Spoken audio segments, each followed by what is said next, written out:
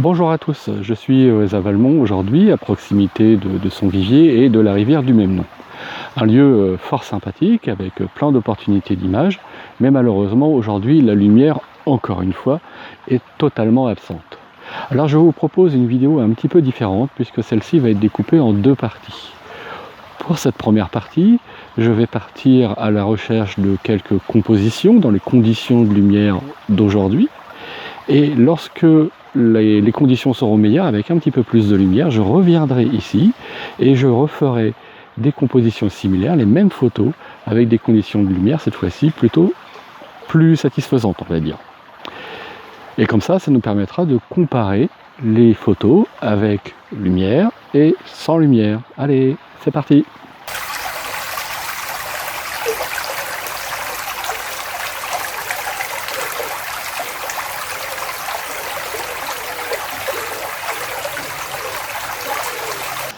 Je me suis installé ici au bord de la rivière car je trouve que la composition ici est plutôt sympa.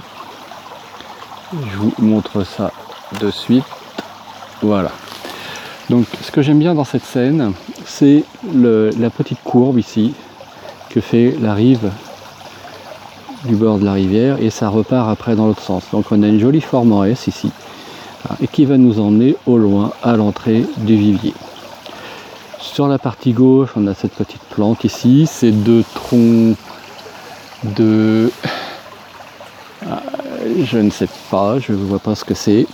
Et l'eau qui passe ici au milieu. Donc en termes de composition, c'est plutôt sympa parce qu'on a notre regard là qui part ici au loin. Après, ce qui concerne les conditions de lumière, justement, c'est un petit peu compliqué puisque j'ai dû choisir des réglages un petit peu, pas particuliers, mais un petit peu différents de ce que j'ai l'habitude de faire. J'ai dû ouvrir à F8 et je suis monté à 200 parce que je me retrouvais avec des temps de pause beaucoup trop longs. Si j'étais à 100 ISO et ouverture à F9, F11, hein, je vais vous montrer, j'arrivais à des temps de pause quand même un petit peu longs, même si si je me mets à F11, j'arrive à un temps de pause de 8 secondes. Alors bon, il n'y a pas de vent ce matin, mais il y a quand même un petit peu de mouvement dans certains endroits. Il y a du mouvement ici au niveau de ces feuilles-là, et il peut y avoir aussi un petit peu de mouvement au niveau des arbres en arrière-plan. Parce que là, en fin de compte, je disais il y a quelques instants qu'il n'y a pas de vent, et là justement, il y a un petit peu de vent qui vient de se lever. Alors ce que j'ai fait, j'ai opté pour ISO 200. Je suis redescendu à F8. Je fais mon point ici. Et j'arrive à un temps de pause de 2 secondes. Alors à 2 secondes, forcément, s'il y a quand même du mouvement dans les branchages, ça va se voir ici. Mais à 2 secondes, ce qui peut être intéressant, c'est que je vais avoir ici un mouvement sur l'eau qui va être intéressant puisque l'eau va être légèrement lissée. J'ai également monté un polarisant, donc ce qui n'est pas au niveau des temps de pause, mais au moins ça élimine les reflets sur l'eau. Allez, regardez ce que ça donne.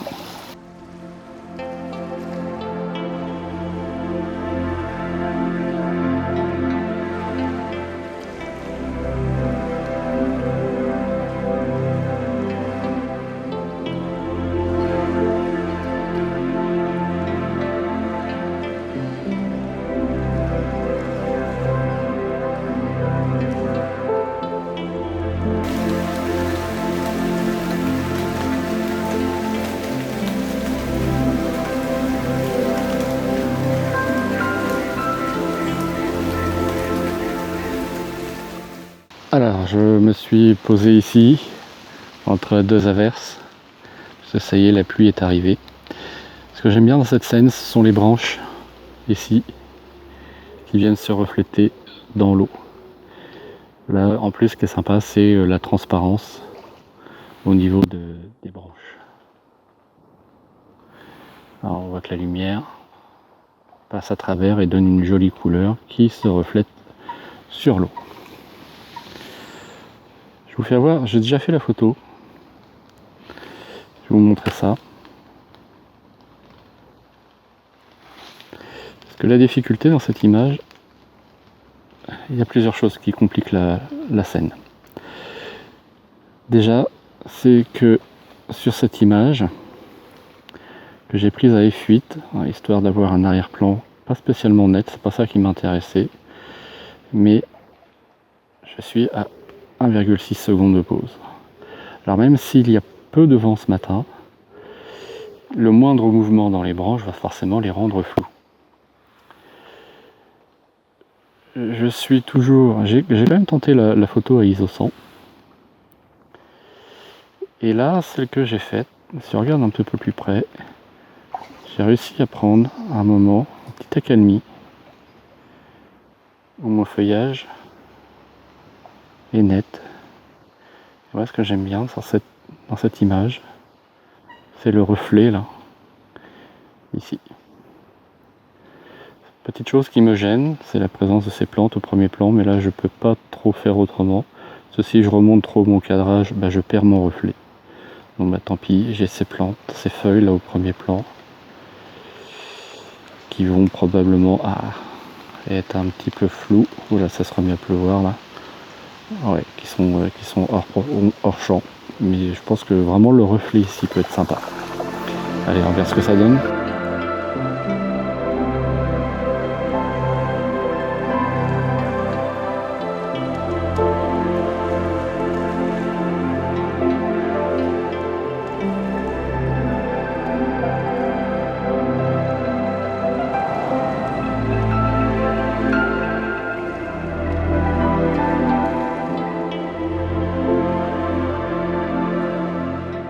J'ai trouvé une autre composition que j'aime bien. Je suis au bord du vivier et ce que j'apprécie dans cette composition, donc c'est ces arbres là, ici, qui partent sur le côté gauche, puis on a une bonne profondeur sur le reste du plan d'eau. Puis on a ces arbres ici au fond qui se reflètent sur l'eau.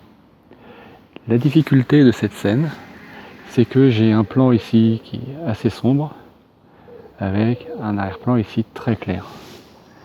Donc ça va être ça qui va être difficile à équilibrer.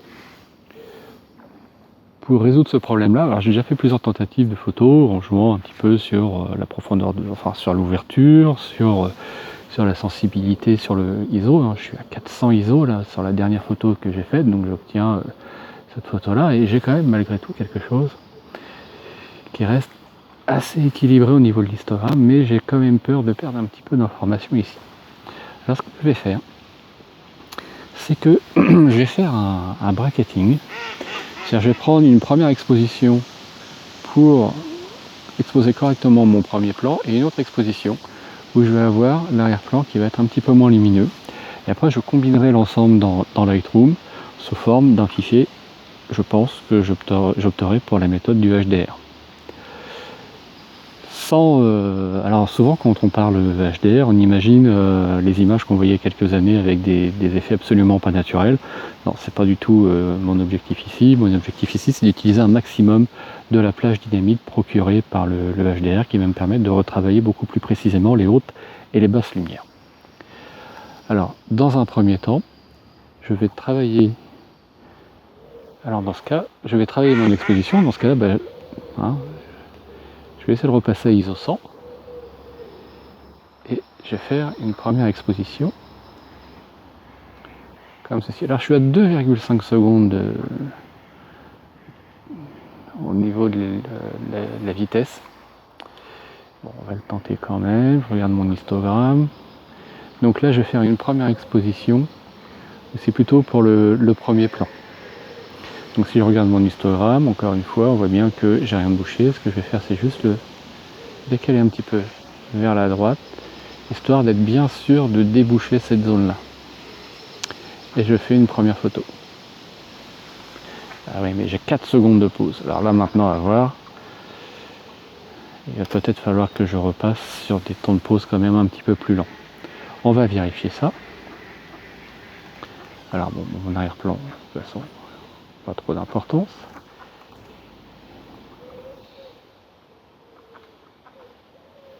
Ouais, j'ai ça qui a bougé là au premier plan qui est pas joli. Non, ça va pas être possible avec ces temps de pause trop longs. Donc dans ce cas, je vais repasser à ISO 400. C'est pas ça me réjouit plus que ça. Là j'arrive à un temps de pause 1,3 secondes. Ce que je vais faire, je vais peut-être fermer un tout petit peu. Ça m'embête. Non, moi, je vais laisser à 11. Je suis à 1,3 secondes de temps de pause. Alors, tant pis, je vais décaler un petit peu mon histogramme. Voilà, pour repasser à 0,8. Je suis toujours pas bouché dans les ombres. Je fais une autre vue comme ceci.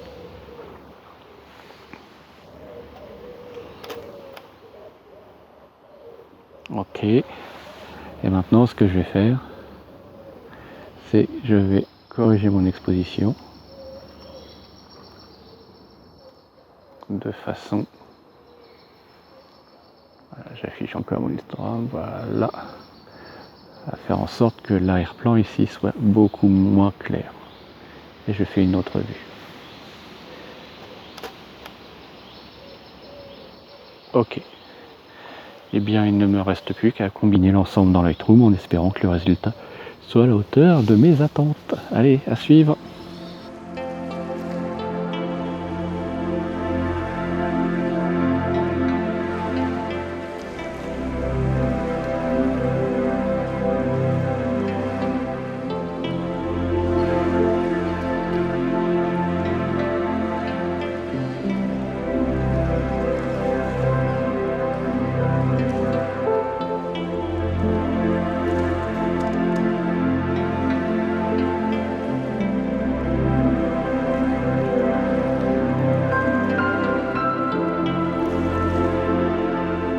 Donc de retour au Vigier de Valmont pour cette nouvelle sortie, et cette fois-ci avec de la lumière.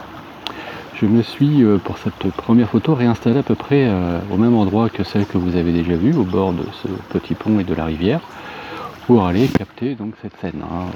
Donc j'ai ici mes troncs, j'ai ma rivière, et ce que j'aime bien dans cette scène, donc c'est la construction de comment le regard est emmené vers le fond. Sur cette scène, ce que va changer la lumière, ça va me permettre d'avoir déjà une ouverture un petit peu plus petite, parce que je suis à f10, alors que la fois précédente j'avais dû ouvrir un petit peu plus pour avoir de la lumière, et ce qui s'est passé, c'est que j'avais une profondeur de champ plus réduite. Néanmoins, ça reste quand même relativement sombre, parce que à f10 ISO 200, je suis à 1,3 secondes de pause. Et ma difficulté, c'est les branches qui sont ici en plein centre de l'image, qui prennent un petit peu le vent, donc qui ont tendance à bouger. Alors soit j'attends que ça se calme, comme là, en espérant que pendant ma prise de vue, la vitesse sera suffisamment... la branche n'aura pas trop bougé pour pas qu'elle soit floue. Ou alors, ce que j'ai fait, c'est que j'ai pris tout à l'heure une photo à 1600 ISO, avec une vitesse donc beaucoup plus rapide, et peut-être que je pourrais faire un mélange entre ces deux prises de vue, sachant que sur mon appareil à 1600 ISO, je commence à avoir une montée en bruit significative, donc je ne suis pas sûr du résultat. Donc là, ce que je peux faire éventuellement, c'est continuer d'attendre un petit peu pour voir si la lumière va arriver un petit peu plus sur la scène, et voir si je vais pouvoir augmenter un petit peu ma vitesse de prise de vue pour éviter d'avoir ces problèmes de bougie. Vous voyez aussi comment la lumière est intéressante sur ce paysage, parce qu'elle va ramener des petits patchs de couleurs ici et ici sur les branches. Allez, je continue mes essais et je vous fais voir le meilleur résultat.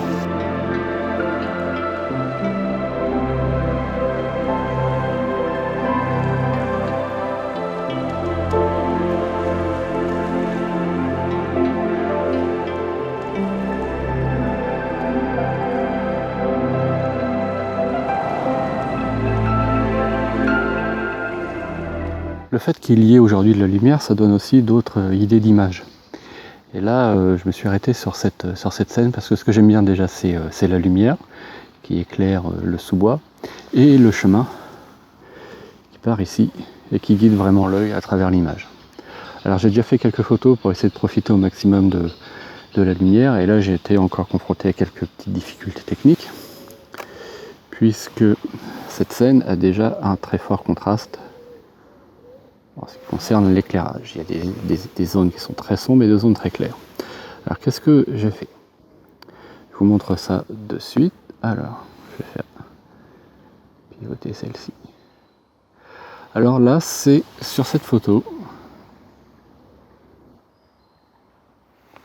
J'ai essayé de trouver un équilibre avec une seule image.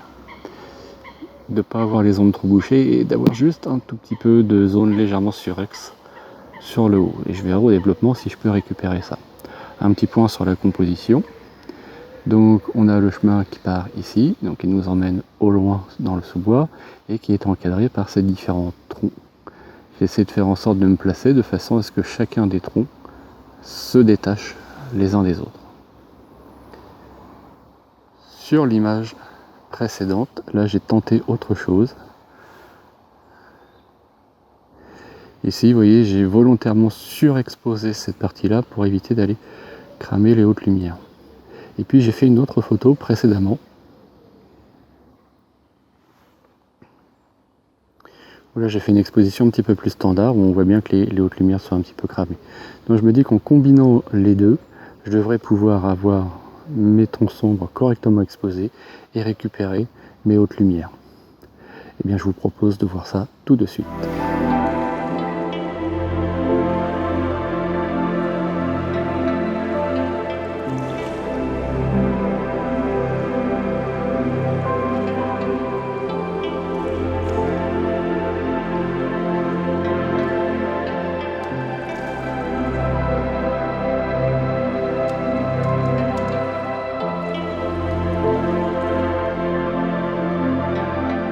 Alors je me suis arrêté ici, c'est pas pour faire une photo, mais c'est justement pour vous parler un petit peu de l'antithèse de cette vidéo.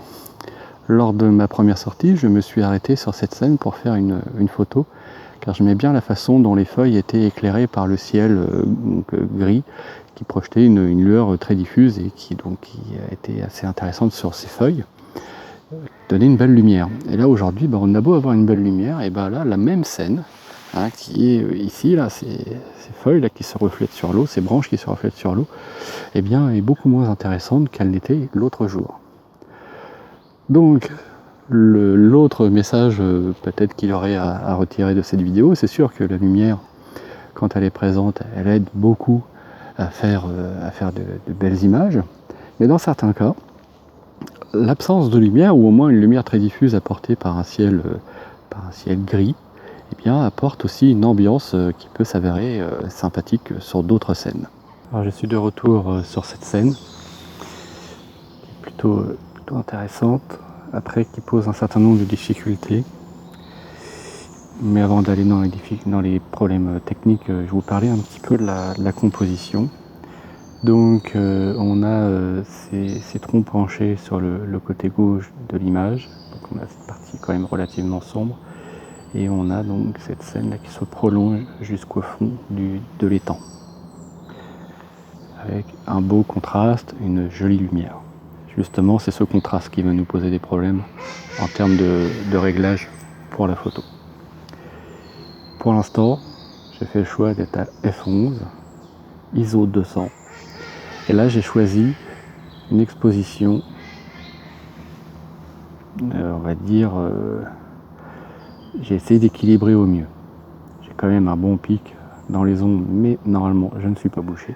J'ai aussi une zone un petit peu collée ici dans les hautes lumières, mais normalement je ne suis pas trop écrêté, donc j'ai quelque chose d'assez uniforme en termes de luminosité. Ce que j'ai fait, donc j'ai déjà pris une photo avec ces réglages là, donc on voit que c'est légèrement écrêté ici, mais je devrais avoir suffisamment d'informations pour m'en sortir. Au cas où. J'ai fait une autre prise de vue où cette fois-ci j'ai vraiment baissé beaucoup plus mon exposition pour vraiment aller récupérer les hautes lumières qui sont ici. Et pardon, j'avais fait une autre vue précédemment où j'avais essayé de déboucher un petit peu les ombres. Donc ce que je vais faire, je vais essayer de combiner ces deux vues-là dans Lightroom comme j'ai fait pour la photo précédente.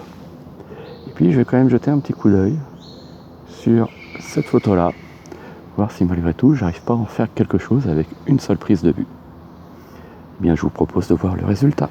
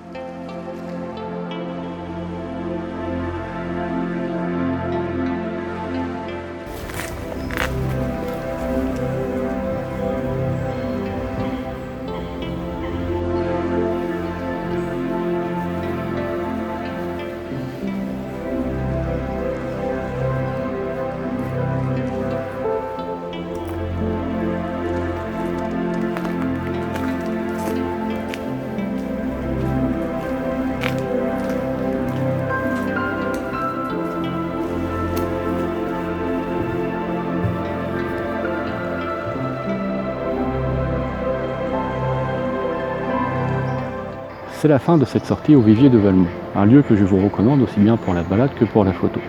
En ce qui me concerne, c'est un lieu que je vais ajouter à la liste des endroits où je vais de nouveau me rendre à l'automne.